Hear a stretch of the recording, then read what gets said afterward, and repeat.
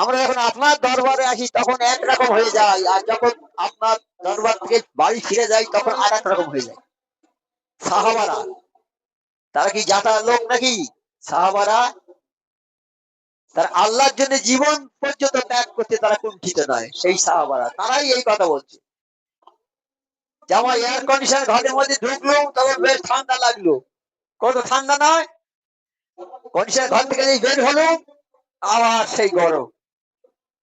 ঠিক সেই রকম বলছে আমরা যখন আপনার দরবারে যাই একরকম হই, এই দরবার এয়ার কন্ডিশন দরবার, এখানে গিয়ে ঢুকলো একরকম হলো আর বেরিয়ে গেল আর একরকম হয়ে যায়।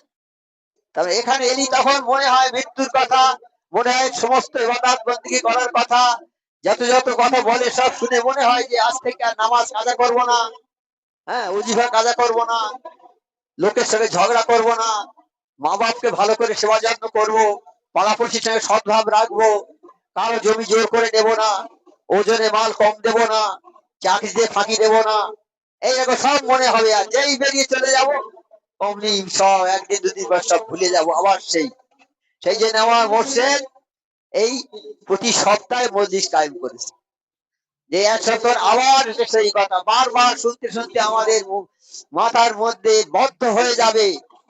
তাই অনেক পীর ভাই আছে যারা নামাজ কাজা করে না, এমনকি এই মজলিস কাজা নেই এমন লোক আছে, তার জীবনে মজলিস কাজা হয় না, করে না, এমন লোক আছে।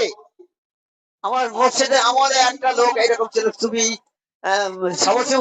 সময়ে একজন পীর ভাইয়ের স্ত্রীর খুব অসুখ, মরে যায়